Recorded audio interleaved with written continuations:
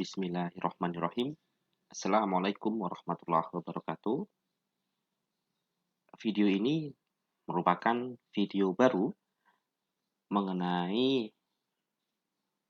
motivasi serta mengenai bagaimana cara menulis program kreativitas mahasiswa.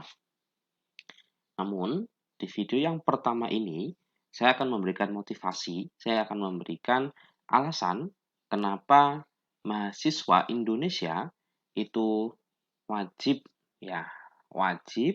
bagi kalian untuk mencoba untuk menulis program kreativitas mahasiswa. Sehingga judul dari video ini adalah pentingnya mengikuti program kreativitas mahasiswa yang dilaksanakan oleh Kemendikbud Republik Indonesia. Yang pertama, program kreativitas mahasiswa ini sangat membantu, sangat bermanfaat bagi perguruan tinggi adik-adik mahasiswa. Kenapa?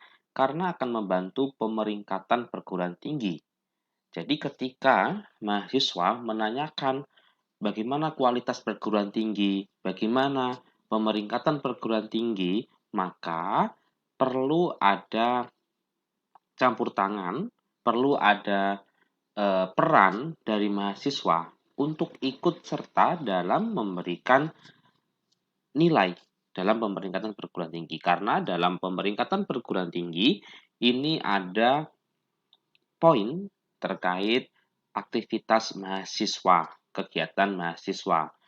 Nilai yang paling besar adalah nilai dari kegiatan mahasiswa yang dilakukan oleh Kemendikbud RI.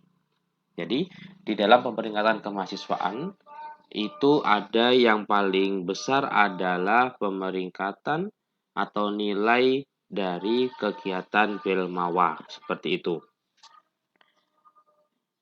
Seterusnya, nah ini yang saya katakan bahwa contoh dari pemeringkatan perguruan tinggi, ya. Ini biasanya akan di-share, akan disampaikan di pertengahan tahun, seperti itu. Ini contoh dari saya ambil contoh dari tempat kerja saya dulu di Stikes Kapuas Resintang. Nah, ada juga indikator ya. Jadi dalam pemeringkatan itu juga ada indikator-indikatornya. Ya, salah satunya adalah bidang kemahasiswaan, di mana mahasiswa juga harus berkontribusi dalam pemeringkatan ini. Sekarang, ketika Anda lulus dari sarjana maupun diploma, Anda mau ngapain? Nah, pertanyaannya itu, ya. Apakah mau kerja, apakah atau menikah, atau masih menjadi tanggungan orang tua? Jika Anda ingin bekerja setelah lulus, maka Anda tidak hanya cukup berjualan ijazah dan transkrip nilai. Artinya, semua orang yang lulus dari universitas, dari kampus, itu pasti memiliki ijazah dan pasti memiliki transkrip nilai. Semua orang.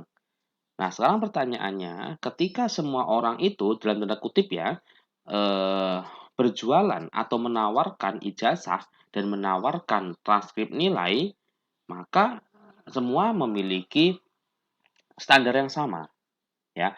Jadi sebagai penerima kerja, orang akan melihat, oh ini sama-sama punya ijazah, sama-sama punya transkrip, terus apa bedanya? Terus apa keunggulannya? Nah, biasanya keunggulan-keunggulan dari setiap mahasiswa yang sudah lulus itu adalah kurikulum vitae. Ini contoh saya ambil di kurikulum vitae di Google ya. Kurikulum vitae yang bagus itu adalah kurikulum vitae yang jangan sampai gersang. Artinya gersang itu adalah dalam kurikulum vitae itu hanya ada tulisan nama, tempat tanggal lahir, ya, terus pendidikan, itu pun pendidikannya sejak PAUD mungkin ya.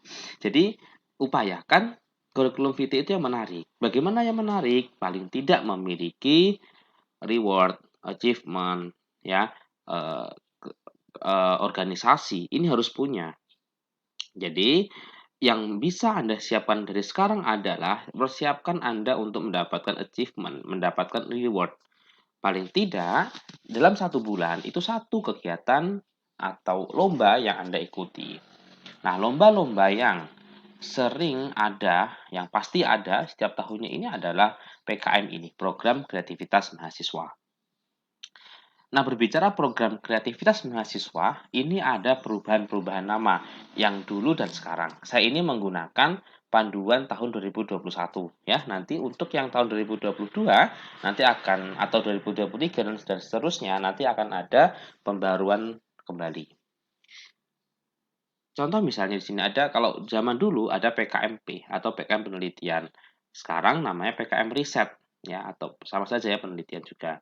Dulu PKMM, sekarang PKM-PM.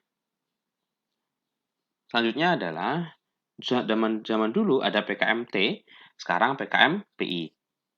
Zaman dulu PKM GFK ya, PKM GFK dulu membuat video dulu terus mendapatkan insentif ya. Tapi sekarang mengajukan proposal terlebih dahulu baru pendanaan untuk membuat video. Oke, ya ini adalah hal-hal yang baru di panduan 2021. Nanti jika ada di panduan 2022 dan seterusnya, nanti akan ada informasi selanjutnya di website dari Simpil Mawar. Ini yang perlu diperhatikan juga bahwa seorang mahasiswa maksimal itu 2 judul sebagai ketua dan anggota atau sebagai anggota keduanya. Tidak boleh ketua keduanya tidak boleh ya. Jadi ketua anggota atau anggota-anggota. Ini adalah terkait terkait pendanaan ya, terkait pendanaan. Pendanaan itu minimal 5 juta, maksimal 10 juta di PKM riset sampai PKM GFK. Namun untuk yang GT dan AI ini sifatnya insentif. Nah, ini berkaitan dengan kriteria keilmuan. Kalau PKMR riset ini wajib sesuai dengan bidang ilmu ya.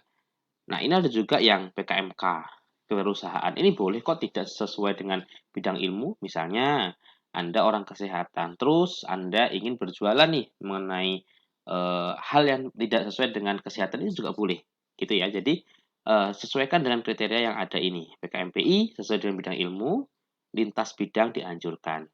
Jadi, yang dinamakan lintas bidang yang dianjurkan ini adalah upayakan berbeda jurusan atau program studi namun dalam satu universitas. Begitu ya. Diperkenankan berbeda bidang PKM GFK diperkenankan berbeda bidang ilmu atau lintas bidang ilmu. Ya, jadi sesuaikan dengan kriteria ini jika Anda ingin menulis PKM. Kalau misalnya sesuai bidang ilmu berarti kalau PKM PI Anda orang kesehatan ya sesuai kesehatan, namun dianjurkan juga lintas bidang ilmu. Ya, ini tolong untuk dapat dipahami. Untuk luarannya adalah kalau PKM GT dia lebih ke artikel ilmiah. Jadi membuat artikel ilmiah, membuat konsep atau perubahan. Terus kalau untuk PKMR, ya PKMR dan seterusnya sampai PKM GFK ini pengusulan proposal terus pendanaan. Tapi kalau PKM GT Anda cukup membuat artikel, ya artikel publikasi gitu ya, atau membuat usulan artikel. Kalau PKM GT sifatnya juga proposal ya. Kalau AI ini sifatnya artikel. Nanti akan mendapatkan insentif 3 juta. Ya. Ini keanggotaannya 3 sampai 5 orang. Nah, ini kuncinya. Kalau Anda ingin menulis PKM, ya Anda harus taat administrasi. Ya, ini harus wajib nih. Jadi Anda harus pelajari itu halamannya di mana, halaman sampulnya bagaimana, dan sebagainya. Judul tidak boleh akronim, tidak boleh singkatan-singkatan yang tidak umum. Ya, kalau misalnya kalau yang umum bagaimana kayak bandara, itu kan umum ya, bandar udara. Terus apa lagi ya? Hal-hal yang umum lah pokoknya itu boleh saja ya. WHO World Health Organization, WHO itu kan umum saja, dia tidak masalah ya. Nah, tidak salah kamar PKM. Jangan sampai Anda PKM-nya PKM pengabdian tapi Anda malah ke PKM yang lain. Harus punya inovasi dalam menyelesaikan masalah. Ingat, konsepnya adalah menyelesaikan masalah dengan pendekatan-pendekatan PKM yang ada. Jadi misalnya Anda PKMK, kewirausahaan, Anda tidak jangan bermindset saya jualan gitu, tapi mindset Anda adalah dengan jualan saya ini saya dapat menyelesaikan apa. Contoh misalnya, ada masalah stunting. Nah, seandainya ingin berjualan makanan yang bergizi, tapi yang inovatif, misalnya, apa ini, nugget labu siam untuk pencegahan stunting dan seterusnya. Jadi ada inovasinya, ada penyelesaian masalah. Dosen pembimbing maksimal 10 kelompok ya. Tanda tangan basah harus scan full, tidak boleh scan parsial, nggak boleh hanya di-scan di bagian tanda tangan saja, harus full satu kertas. Bedakan antara masalah dan fenomena, ya ini harus jelas. Kalau masalah ya hal yang tidak sesuai dengan harapan ya. Kalau fenomena ya memang itu terjadi. Prodi beda minimal 2 angkatan yang berbeda. Nah, ini harus wajib ya, wajib 2 angkatan yang berbeda. Misalnya angkatan, mahasiswa baru sama mahasiswa yang agak lama itu boleh ya. Upayakan dalam menulis referensi menggunakan, reference manager ya, bisa Mendeley dan yang lainnya.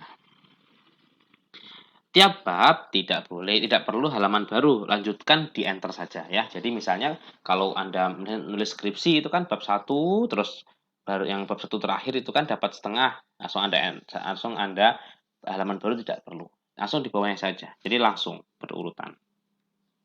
Kunci suksesnya adalah yang pertama angkat isu lokal. Yang kedua, amati, tiru, modifikasi. Cari proposal PKM yang pernah ada, yang pernah lolos atau yang ada dari kampus-kampus yang sering lolos kayak UI, UGM itu kan sering lolos ya. Dan lainnya sebetulnya itu cari contoh proposalnya Anda contoh ya. Anda contoh, Anda modifikasi. Tidak bertele-tele dalam menjelaskan isi. Terus yang keempat, submit artikel ilmiah ke jurnal. Ini lebih bagus ya. Buat poin-poin hal yang penting, tujuan, manfaat, dan luaran. Yang keenam, foto kegiatan jangan lupa pakai alma mater. Ini wajib ya untuk bukti ya. Harus pakai alma mater ya, upayakan agar tahu mengidentifikasi oh ini sedang kegiatan dan menggunakan nama kampus. Oke, ini adalah PKM riset sampai GT, ini luarannya adalah BIMNAS ya. Pekan Ilmiah Mahasiswa Nasional. Ini adalah seperti lomba ya, lomba tingkat nasional. Kalau PKM AI ini terbit di e-journal saja. Oke.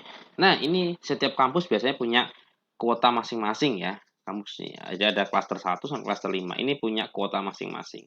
Biasanya kuota ini ya ada yang terpenuhi, ada yang tidak juga ya. PKM bidang, PKM AI, GT dan lain dan seterusnya. Oke. Nah, untuk poin penilaian yang paling penting adalah pada saat ini ketika COVID-19, pandemi COVID-19, kegiatan itu upayakan dia itu dapat dilakukan secara daring, ya. Upayakan dapat dilakukan secara daring. Misal pengabdian pada masyarakat, daringnya seperti apa atau dilakukan secara online-nya seperti apa.